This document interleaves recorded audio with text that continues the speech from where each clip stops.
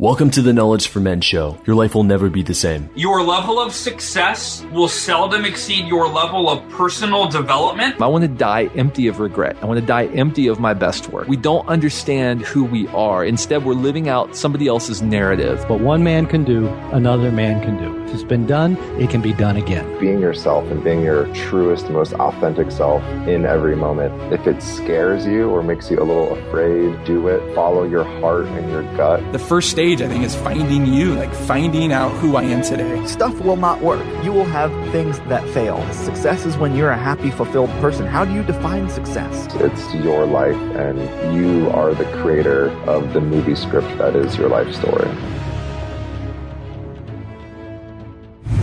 How would you like to become unstoppable, irresistible, and unafraid in every area of your life? Get free instant access to my Double Your Confidence program to become a person of action, overcome any obstacle, and scale any height. Go to kfmconfidence.com to get instant access to my program. Again, that's kfmconfidence.com. All right, guys, welcome to the show. I'm here with Mitch Horowitz, the author of The Miracle Power of Your Mind, the Joseph Murphy Treasury, which is a collection of Dr. Joseph Murphy's work featuring 24 books, including the international bestseller, The Power of Your Subconscious Mind, along with many other of his classics. The Miracle Power of Your Mind was created to help readers reach their highest potential, including in money, relationships, happiness, purpose, and full self-expression. All right, Mitch, happy to have you here on the show. Thank you. Glad to be here. All right. And Mitch, we dive in with the show with a favorite success quote or some sort of saying that the guest has lived by. So share with us what you got and what that all means to you. I met somebody yesterday who explained to me that she was going through a lot of pain, telling me about transitions in her life. And I just said to her the word persistence. I know that we hear that word all the time, but we don't take it seriously enough. I really do think there are forces and circumstances that come to our aid when we are ethically persistent about something. And I really do believe in the art of persistence. I think it makes a concrete difference. Yeah. And how did that land for her? Was she like, oh, I've heard that. No, I need something more. I think she took it seriously because she sensed my sincerity about it. It's a natural response to say, oh, gee, I've heard that already. Right. You know, I don't want to offer people refrigerator magnets. We've all heard a lot already. Right. But sometimes the things that are the most familiar are things that contain real possibilities for us, and we're apt to walk past them. And I sometimes ask people to go back to the basics, but go back to them in a really fresh way, because what makes the difference sometimes is the passion that you bring to the matter rather than whether the advice sounds familiar. Yeah. And I can't think of one person or one man who did something great who didn't have persistence. It's the God's honest truth. In my job as a publisher, I often say to people, there are two kinds of writers, those who sleep at night and those who write good books. You know, you basically have to put sweat equity into everything that's really worthwhile. Now, my hope for all of your listeners is that the sweat equity is a joy. It may not always be a joy, but that is the ingredient that gets things done. There's simply no way around it. Yeah. The other night, actually just last night, a guy was asking me, how do I become a coach? How do I become a coach? How do I start coaching? And I said, just start coaching. Yeah, right. There's no light switch. There's nothing that happens for you. Just go out there and start coaching, start helping people, start serving, start giving it your all with your people. Yeah, it's the truth. And I love your answer to him because it is as simple and as challenging as just that. Just start. Now, the spiritual teacher Krishnamurti, who was a really unclassifiable, brilliant spiritual teacher, was giving a talk to a group of Indian students in the 1960s. And a kid raised his hand and he said, look, how are we supposed to enact these things that you're telling us to do? Krishnamurti would talk about the importance of nonconformity, the importance of not getting concerned with being respectable, but really charting your own path. And Krishnamurti responded to the kid and said, look, in a certain sense, when you ask how, it means that you don't really want to do it. If you really wanted to do it, there would be no how. If you were walking down the road and you saw a cobra and you said to yourself, I've got to stay away from that poisonous snake, you wouldn't ask how. You'd plenty well find a way of how to avoid that cobra. And conversely, when you want to do something enjoyable, like play cricket, this was, to a group of Indian kids who had grown up with certain English traditions. If you wanted to play cricket, you don't ask how. You steal away the time to go and play cricket. You love it. And so we have to be a little careful of ourselves when we ask how, because there is a certain diving in quality, as you advised your friend, that really is the thing itself. You have to commence the thing itself. This is interesting. So when you use the word how, it's implying that you don't know how to do it. Yeah. Or that perhaps it's hiding a lack of passion or a lack of desire really to do it. I mean, you have to listen for these things in yourself, I believe. Once in a while, we ask somebody how because we find the task perhaps boring or we don't really want to do it. When somebody reaches out to me and says, how do I get this book? I'm like, dude, if you wanted to buy shampoo, you'd know how to buy shampoo. These things are not complicated if one really wants to do it. And so when we ask how, we just have to be sure with ourselves that we're being sincere and that how is not just a way of deterring action. I mean, my wish for your friend is that he really wants to coach and that he took your advice to heart. Because I think that if one is willing to take that leap, that's usually the indication that some kind of success is foreordained because you really want to do it, provided that the goal is reasonable, of course. Yeah. And is this a part of the power of the subconscious mind? Yes, it is. Okay. It really is. Joseph Murphy, who died in 1981 and who was a really beautiful, simple guy who believed that certain metaphysical principles could be boiled down in a very direct, concrete manner, he would counsel people that great possibilities were laid out in front of them, but he didn't counsel myopia or a lack of realism. He would ask you to sit down and consider, do you have the training for a certain goal or aim? And if not, are you able to get the training? And if so, are you prepared to make terrific sacrifices sometimes to follow through on that training?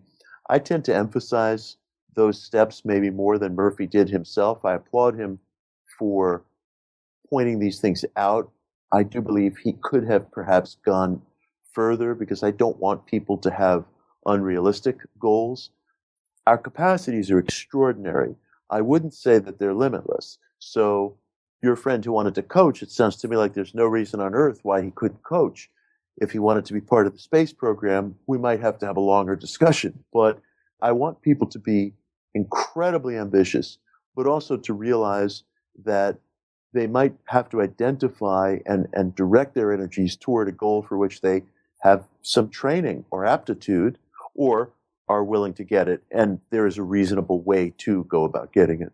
So where do we draw that line between being very ambitious and also being a realist? That's a great, great question. I think we have to ask ourselves, first of all, have we already been doing the thing that we want to do in some way? And would we be willing to do that thing even if we didn't get some sort of mainstream approbation for it, or even if we didn't get paid for it? For example, let's say somebody wants to write a novel. It's possible that that novel may never find a mainstream publisher. Are you willing to do it anyway? Is your dedication to that art form such that you will isolate yourself, miss out on social events, miss out on things that might be more relaxing and might put you in contact with people more, to sit alone in a room and work on that novel at 10 o'clock at night when other people might be watching the premiere of The Walking Dead? It's that simple. And it sounds like a true story for you there. It is, as a matter of fact, not as a novelist, but as a nonfiction writer. Right. I'm 50 today, and I didn't publish my first books until I was into my 40s. I'm the author of the books Occult America, which is a history of supernatural religions in America, and One Simple Idea, which is a history of the positive thinking movement and positive mind metaphysics, and also an analysis of that, along with many, many, many other projects, of which The Miracle Power of Your Mind is one. But this stuff didn't really begin for me until I was in my late 30s, and the books didn't really start to come until I was in my 40s. And people would ask me, how as a a father and a husband and somebody with a day job in publishing. How did I find time to do all this? And I said, in all honesty, I want to write more than I want to sleep. And I mean, I was so happy to be up all night writing sometimes when I could have been doing other things, including sleeping. And when you're at that pitch of passion, something's going to happen. Something's going to happen. It may not come precisely the way you want it to come, but it will come. So when being realistic, I think a person has to ask and really be brutally honest with himself about this. Even if you got no mainstream approval or approbation or money for this, would you do it anyway? And if not only just the answer is a yes, but your actions are a yes, I really truly believe that you're going to make it happen. It's going to happen. But that's where realism comes from. It comes from the willingness to put in tremendous labor without any guarantee that somebody's going to be there at the finish line to hand you the book contract or whatever it is you want. Right, with a check. Just like, hey, you did it. We're all here. We've been watching you. No one's watching you. It may be. It may be. but it could happen, yeah. That kind of passion, it's so rare. It's so rare. People tell themselves, I want to accomplish this, I want to accomplish that. But the guy who will actually apply himself and sacrifice hours, there's such a rarity in that. That person has something really special. Yeah. And I can relate with that. You're writing into the night. You're deeply passionate about your subject, about the project you're working on. But what about those days where it's always fun to get started on the project, but kind of like midway into that project, there can come that procrastination, there can come that resistance and laziness. Even though you're still passionate about it, it can still happen. How do you overcome that procrastination? How do you overcome that resistance to really doing and focusing on what really matters instead of just doing other little things to say that you're busy? That is such a great question, because procrastination is the biggest killer of projects more than anything else, including disapproval from others. Disapproval doesn't ever really seem to get in the way of a truly determined person, but procrastination is a killer. Joseph Murphy and one of his contemporaries, a man named Napoleon Hill, who wrote the book Think and Grow Rich, they both identified procrastination as the number one killer of all projects. And they both felt that before you could master anything and before you could become a enterprising figure in any field, whatever it may be, you have to overcome procrastination. It is an absolute killer. It is water to a fire, a wave of water to a fire. Now, if someone is experiencing procrastination, it may also be a kind of wake-up call. That individual may have to say to himself, do I really want to be doing this?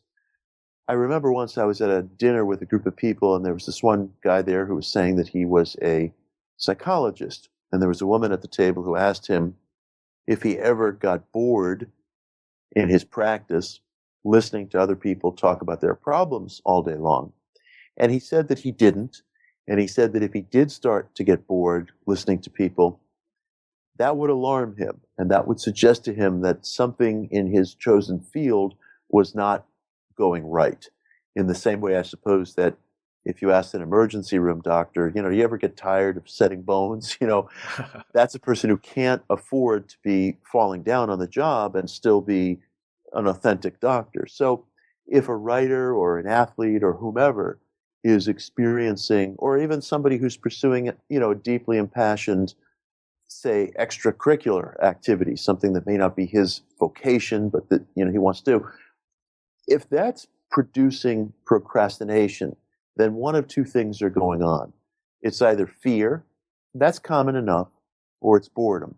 The worst of the two is boredom, because boredom says that you don't really want to be doing this. Maybe I shouldn't describe it as the worst of the two, because it could be an important message. It could save you a lot of time and heartache. You don't apply your passions to something that doesn't really attract them. There's a slogging, ineffective quality to that. Now, another cause of procrastination is fear. And then you have to ask yourself, well, gee, where is this fear coming from? Do I think I can't do it? Do I think people are going to ridicule me? there are a lot of people who are more avoidant of fear than they are passionate for success. And that can be a very serious problem. But confronting that in yourself can be so helpful.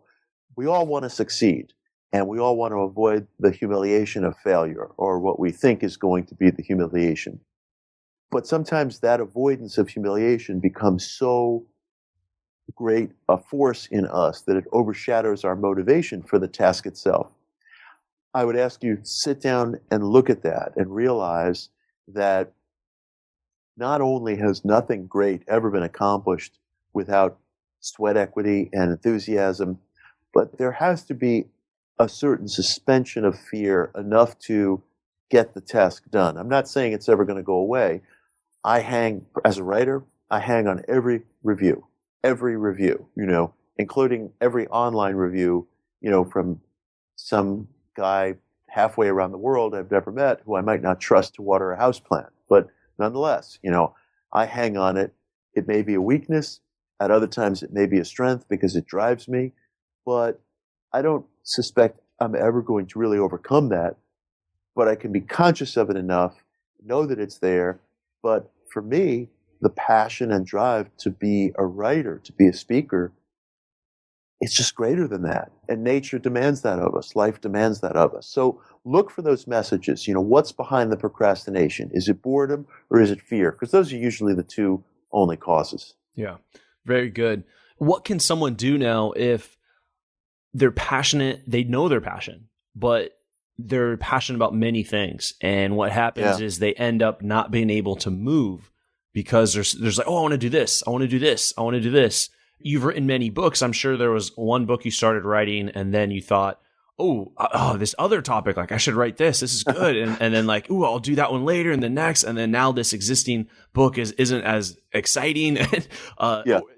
People can relate this in their own fields and in their own careers. But when you're passionate about a lot and then it begins to freeze you.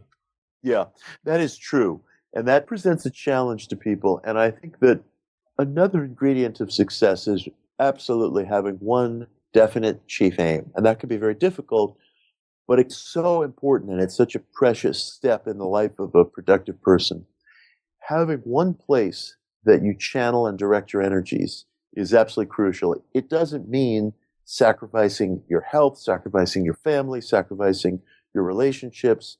It doesn't mean that you don't have any other interests in life. And times change, and one interest may rise to the top of your list, even in an unforeseen way. That aside, you have to have this absolute commitment to one aim. And I always say to people around me, and I say to myself, don't be embarrassed by whatever that is. And by the way, you don't have to go around broadcasting to everybody what your definite chief aim is, because sometimes coworkers or friends might run it down. They might be jealous. They might not want to see somebody break away from the pack. So be very intelligent and very careful about providing that kind of information about yourself to people only on an as-needed basis, or only if you're dealing with somebody who you really feel you could trust. It can be very depressing to let someone know about your definite chief aim and have that person, whoever they may be, run it down. So it's okay to be private, but it's absolutely critical to have that aim and to carry it and to hold it.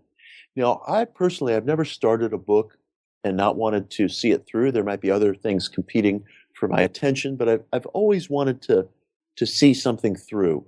A greater problem for me might be I work in the alternative spiritual culture. I'm a writer, publisher, speaker, do a lot of presenting. Sometimes I even have to remind myself what areas of real focus are my passion, are my beat, are my domain.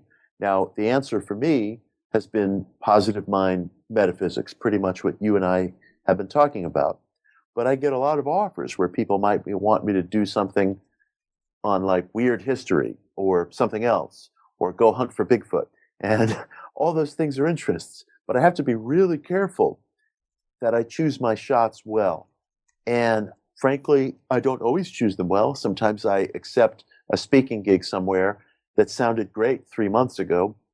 But when I'm on deadline for a book and I realize I have to make plane reservations to go speak somewhere where I've given people my word, I'm going to show up, I'm there for you, but maybe the topic is not a topic that's of interest to me right now, then all I can do is just keep my word. I mean, I have to follow through on the commitment if they follow through on theirs, but try to remind myself, don't do this next time. Be careful with your yeses. And it's not always easy. But regardless, the big picture is having a definite chief aim. It's critical. Otherwise, you'll spill your energies in all these different directions at once. You'll dedicate yourself to things that might even be self-contradictory. Like you'll meet somebody who tells you they love to travel. They want their job to involve travel, but they also want to raise a young family. Well, you've got to really look at that. Raising a young family and doing a lot of travel can be at odds. So you have to be brutally honest with yourself. It can take a long time. Make lists of what you want to do. Write them, revise them. Take notes on things that attract you. Be sure you understand what you really want to do so that you're not working at cross purposes, because that, probably ranked below procrastination, is frankly the biggest cause of failure. It's so critical to focus one's energies on a single spot, like a martial artist. Yeah, absolutely. I'm thinking about, what is that book? The One Thing. Is that Gary Keller? I think it's Gary Keller. Yeah, I believe so. Okay, yeah. The One Thing. Yeah, I just went through that book not too long ago. It just talks about doing just one thing. Like what is the one thing that if you did today would move the needle forward? And then even looking at the week, like what is the one thing that I really need to get done this week, this month? And then obviously that leads to completing your projects and moving that needle forward in your life.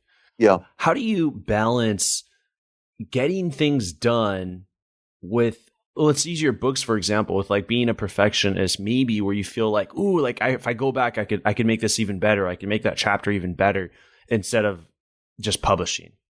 I could always go back and make it better. Is that the best I could do? Sometimes I look back at some of the things I've written or some of the projects I've done. I'm like, oh, I could make it better. I can make it better.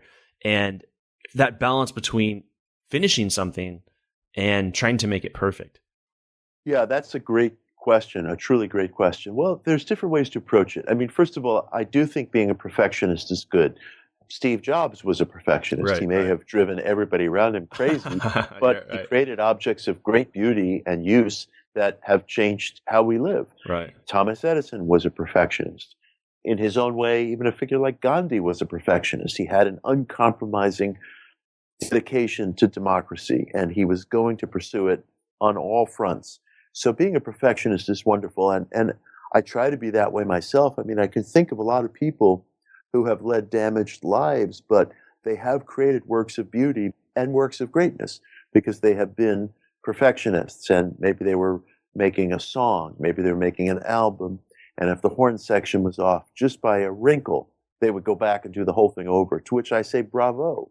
But there are also other times where a project simply has to be let go. And as a case in point, I'll mention two great artists that a lot of your listeners have heard of. One is the filmmaker David Lynch. Now, he's somebody I've worked with, and he is an absolute perfectionist, and he's a genius.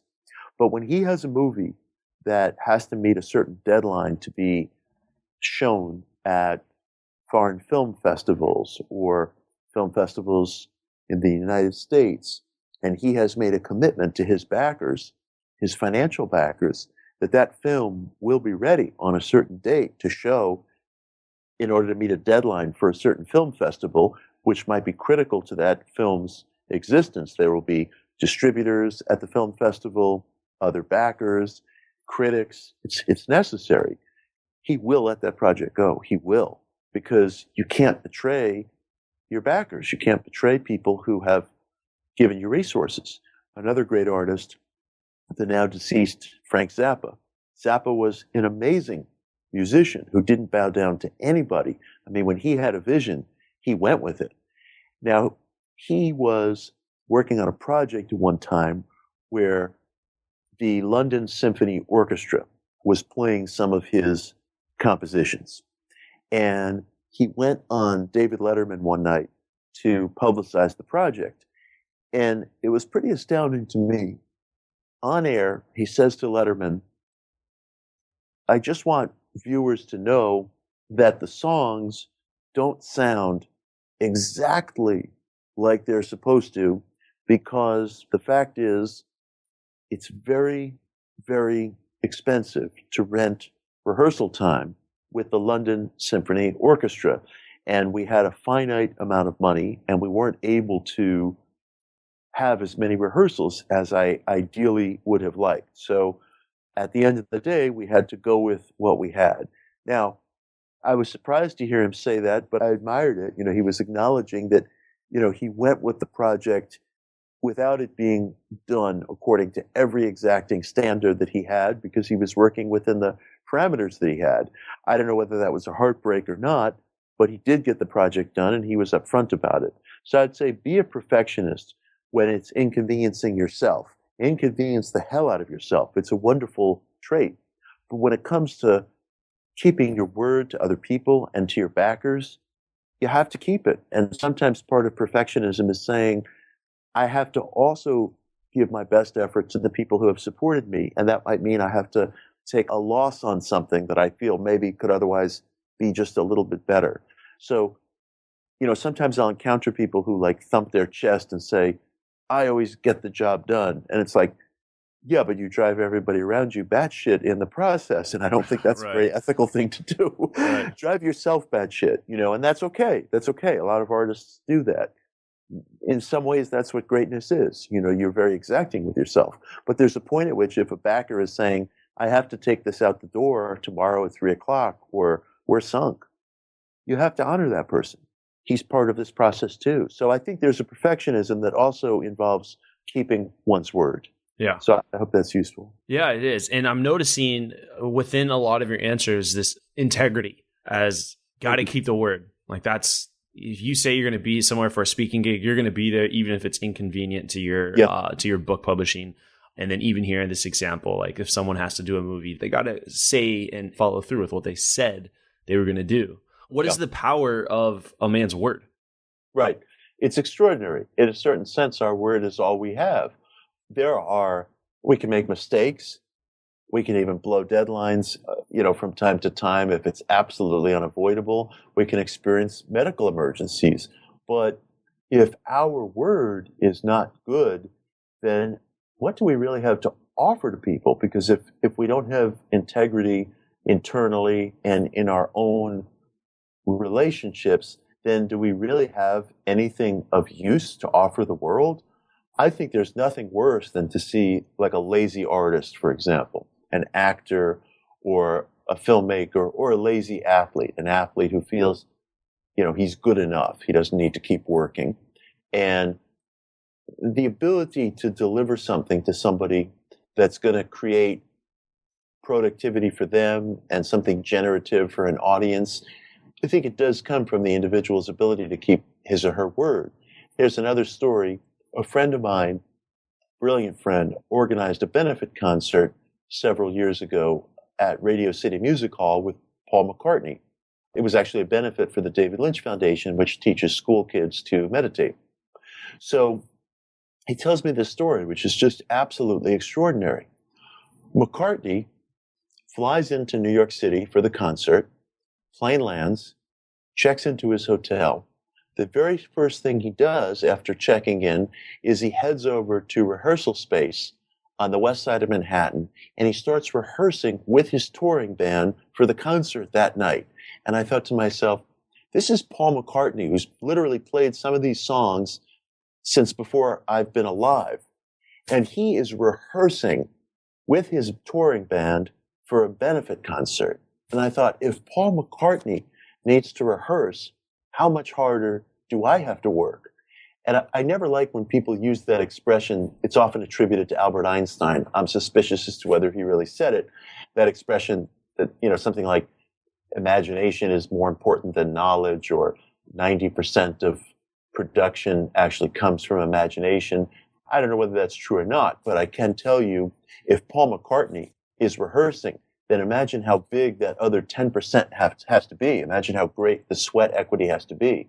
So anybody who wants to kind of take it easy, any athlete who feels like he's given it enough, maybe think about Paul McCartney rehearsing. His reputation is pretty solid. Yeah. And, Yeah. I think he's doing okay, critically and financially. And he's working. So, like, why shouldn't I be working? Yeah.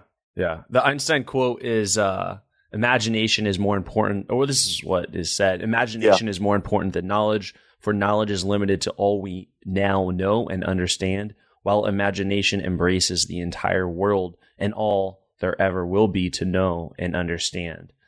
This leads me to similar to the Paul McCartney is it was like the All-Star game a couple years ago, and I forget the name of the player, but he wakes up early and goes to train. It's like 4:30 a.m. and he's the first person on the court, and when he gets there, he sees Kobe Bryant there. And Kobe Bryant's already there, and he's not just there, he's already drenched in sweat. Isn't that something? So he trains with Kobe Bryant for a while. They just do they shoot, they do some training drills, and then the guy goes back to bed. He says, it's too early. I'm gonna go take a nap and come back. And then the guy goes back and takes a nap in the hotel. Then he comes back again when it's time for regular practice for everyone at like 8 or something in the morning. And when he gets there, Kobe Bryant is still there shooting. That's remarkable.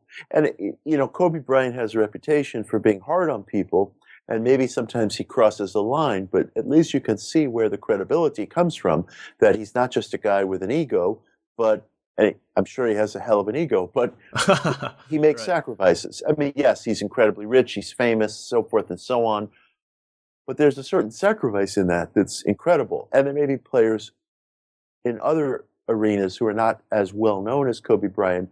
Maybe they don't have a record that can stand up to his. But if they're doing that, I have to believe that those are also people who are going to be happy in retirement, because after they retire, maybe they have the chops to become coaches or to do something that's going to be meaningful rather than just doing ribbon cutting ceremonies at New Carvel's or something. They're really, it gives you something, I believe, for the rest of your life. Yeah. And there's also this mastery. I mean, he's been playing for 20 years. Yeah, it's extraordinary. Years. And obviously now his last year is here in 2016. I like the idea of mastery. We often look at people and think that for many that it was like some sort of overnight success when they appeared on the map, but we did not see the he may have been playing basketball for 20 years as a professional, but he has probably been playing basketball for ever since he was a child, since he was 4 or 5 years old. So to even add on to that an additional 15 years of almost 30, 35 years of playing basketball, that's what it looks like. Yeah, and it's so interesting. You hear about that work ethic sometimes among incredibly disparate figures. One night I was listening to an interview with the actor Seth Rogen, and the name of Sacha Baron Cohen came up, the comedic actor. Right. And Rogen just mentioned sort of offhandedly, that guy works really hard. And I thought that's an extraordinary compliment, because people think of Sacha Baron Cohen as almost this daredevil of comedy. He'll do anything, go anywhere to get a laugh. Yeah. And he's a wild man, but at the back of it is just an unbelievable work ethic. And just imagine if you heard somebody talking about you and they thought you weren't within earshot and they were saying, so-and-so is just an incredible worker. That's such a compliment. It says so much about an individual. Yeah, it really does. Loving the conversation and where we're going here around being able to take action, overcome fear, resistance, and procrastination, laziness. This is good stuff here. Let's now go into the knowledge round. Just going to ask you some rapid fire questions here, Mitch. So are you ready for the knowledge round? Right on, yes. All right. After 200 plus interviews, I've identified the most common trait of success as confidence. Whether you're trying to achieve financial freedom or improving your relationships, confidence is what separates those who get what they want in life and those who don't get what they want in life. So before a man sets out on his journey, it's important that he has the confidence in himself to accomplish his goals and his dreams. You have to have this area of your life taken care of in order to create the life that you want. That's why I've created a free program to double your confidence in less than 30 minutes with this weird but simple set of exercises. Go to kfmconfidence.com. Again, that's kfmconfidence.com to transform your life. Welcome to the Knowledge Round, where the guests will be asked rapid-fire questions to give the audience invaluable pieces of wisdom to help transform their lives. Starting in 3, 2, 1, showtime. My first question for you, Mitch, is what advice would you give to someone who's feeling really lost or unsure of their purpose, lacking a sense of direction in their life? Well, it's a great place to be in a sense because what you don't want is false answers. So if you're lost, the implication is that you can do something to get out of it. I would say to that person, every single day, make a list of something that you want to accomplish in life. Not just something you want to accomplish that day, but your life's goal. Revise that list, revise that list, revise that list. And if you're brutally honest with yourself and you keep that list dutifully every day, you will find an answer and you will find a direction that you could travel in and that will bring you passion. Very good. And Mitch, what was holding you back personally from becoming the man you are now today? That's a great question. I suppose it was a mixture of fear and a lack of training. When I was in college, I made bad choices. I did a lot of writing and I was published in a lot of newspapers, but I wasn't as good as I could have been. I should have been more dedicated to learning my craft in a classroom. I thought I didn't need the courses. I didn't need the journalism courses. I was already doing this. Why did I need some professor? I was simply wrong. I wasted time because I didn't learn the basics. I didn't respect the basics. And it set back, frankly, some of my accomplishments along the timeline. I could have reached them sooner. So never neglect the basics. Yeah, don't neglect the basics. Often we look straight for advanced stuff, but it's the basics that, when I trained Brazilian Jiu-Jitsu, I remember having a conversation with one of the black belts, and he's like, man, being a black belt is really just mastering everything you learned as a white belt. Isn't that interesting? That's amazing. So it's all about the white belt, just with an incredible work intensity. Yeah. It's interesting. What would you say are 3 of your most influential books that have helped you on your journey? Think and Grow Rich by Napoleon Hill has been a great influence. I don't think people understand the depth and the greatness of that book. Anybody who's an artist or a teacher or an athlete or an intellectual, whoever they are, whatever they're about, read that book. Read that book. It is a path to success. I've been influenced by the Jefferson Bible, which was Thomas Jefferson's abridgment of the Gospels. I suppose I just felt like it was an attempt to get at Christ's ethical philosophy. Jefferson was not a believer in miracles or the supernatural, so he tried to create a record of Christ as an ethical philosopher, and I just found that absolutely extraordinary. And I'm also influenced by the books of a man named Neville Goddard. He is a teacher in the positive mind metaphysics field. A favorite book of his for me is called Resurrection. Neville has this incredible radical theory, which he argues very convincingly, that the human imagination is God, is the God of Scripture, and that we are constantly creating our own worlds. And it's the kind of thesis that all serious people immediately want to argue with, and yet he argues it so eloquently, it's incredibly involving and convincing, and at least it puts me in front of the question of a kind of radical self-responsibility, which I find very healthful. So I wrestle with Neville, but the wrestling with him has just been incredibly helpful to me. It makes me accountable in ways that nothing else has. So I would say Napoleon Hill's Think and Grow Rich, Thomas Jefferson's The Jefferson Bible, and Resurrection by Neville, or Neville Goddard was his full name, but he used just the single name Neville. Yeah. And you're absolutely right about the Think and Grow Rich. It's I'll often hear about a book that came out where it's, this guy went out and interviewed a lot of successful people, not discounting their books or their work, but just not.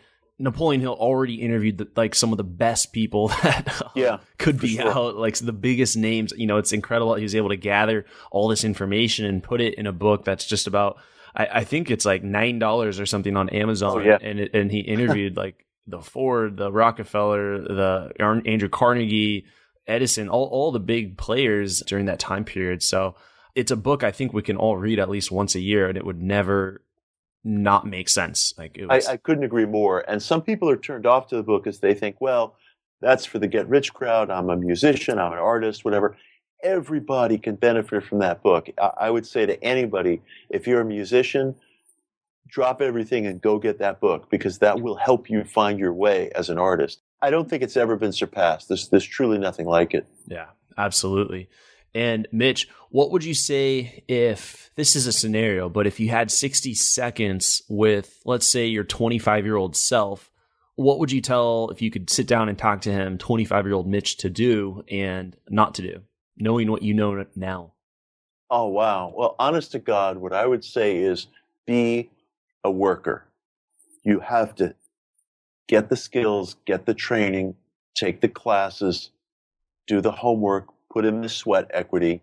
Everything that you want to accomplish in life as a writer and otherwise is going to be yours sooner and in a more fully realized way if you get the training. Train your body physically, be physically strong and capable and athletic. Train your body, train your mind, gather the skills that you need as a writer to make a difference. And when other people are going out to the bars or partying all night or whatever, there will be time for that. You're not going to lose that thread of your life. But much, much more importantly is you should be able to be up at 4 a.m, going to the gym or running, and then going to take a class. Just keep making yourself better, and the time to do it is immediately. That's what I would tell my 25-year-old self. Yeah, I like that. I'm getting this sense of urgency on mastering your craft. It's so critical. I mean, when I was a kid, look, sometimes I pissed away a lot of time, quite frankly, in procrastination. And then when I got to college, everybody thought of me as this real kind of active guy, this go-getter. And I was, but I became convinced that there were things in the classroom that I didn't need because I was already practicing my craft as a writer. And that just wasn't true. That simply wasn't true. And now at the age of 50, I've had a lot of accomplishments, and there's a lot more that I want to do. We are here for a finite amount of time. So get those skills, and I think having a sense of urgency is actually really important. I think it's a good trait. Yeah, absolutely. Is this much your philosophy on life, or is there more to add? I would say we have covered it, to be perfectly honest with you. I mean, be this ethical, interview, right? Be ethical in your relationships, keep your word, be focused, be passionate about something, have a definite goal, be reliable, be the person that other people can go to get problems solved. And we're all going to have moments of being kind of like, the office asshole who loses his shit, and that's going to happen. That's going to happen. But be the office asshole who the next day goes around to people and apologizes and says, look, this isn't personal. I'm sorry.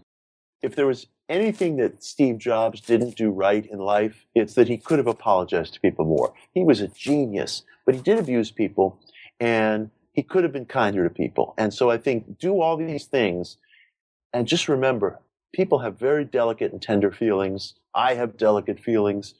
Apologize. Make it right.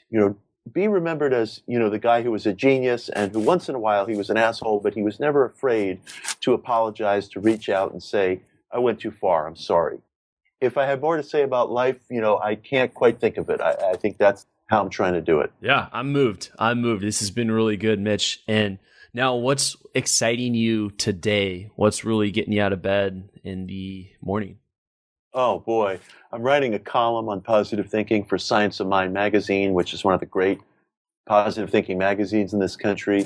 The paperback to my book, One Simple Idea, is coming out May 3rd. That has practical exercises, which I'm really happy about because I felt I needed to add more practicality to that book. Some of the things that you and I have been talking about. Yeah. I'm working on a series of books about the philosophy of Napoleon Hill. The first book is actually going to be on the importance of having a definite chief aim. So bringing it to the people in a way that's really useful and that's for real without ever exaggerating, but without ever being shy either, bringing positive mind metaphysics to the people. That's what I'm all about. Yeah. I like it. And a lot of really exciting projects, and I'm excited for that. The book on the true definite aim, the focus, I like it so much. I'll be sure to check that out. How can audience, how can the listeners follow up with you moving forward? If you throw my name into Google, Mitch Horowitz, you'll find my website. There's all kinds of links and articles on there. You can go to Amazon, throw my name in. You'll not only find my books, but you'll find audio programs and other things that I've done. Hook up with me on social media. I'm giving talks of all kinds all around the country. I was just in Virginia Beach this past weekend. I'll be in Chicago in the month of July. So I'm bopping around, and hook up with me on Twitter, Facebook, Go to my website. If you got a question, drop me an email. I answer every email I get. All right, Mitch, this has been a fantastic episode. Thank you for sharing your story. Thank you for sharing your lessons. And thank you for sharing so much of your valuable advice here with my community today. Thank you, man. I've really enjoyed it. Thank you. Thank you for listening to the Knowledge for Men podcast. Hundreds of interviews and millions of downloads later, we're continuing to build an international movement, and we're just getting started. So if you enjoyed this episode, go ahead and leave a helpful review in iTunes, because it really helps the podcast grow so we can impact even more men in the world who need this. Guys, this is all about living with purpose, where every day you only do things that matter to you. You wake up, live with purpose, and take massive action towards the life you want. And always remember, love the life you have while creating the life of your dreams. Go to kfmfree.com to get a surprise bonus I've made for my listeners. Again, that's kfmfree.com for something that's changed my life, and I'm offering it to you for free. Also, check out my Amazon best-selling books that I've written for you to help you crush life at kfmauthor.com. Again, that's kfmauthor.com to see all the books I've created to help you break through in life.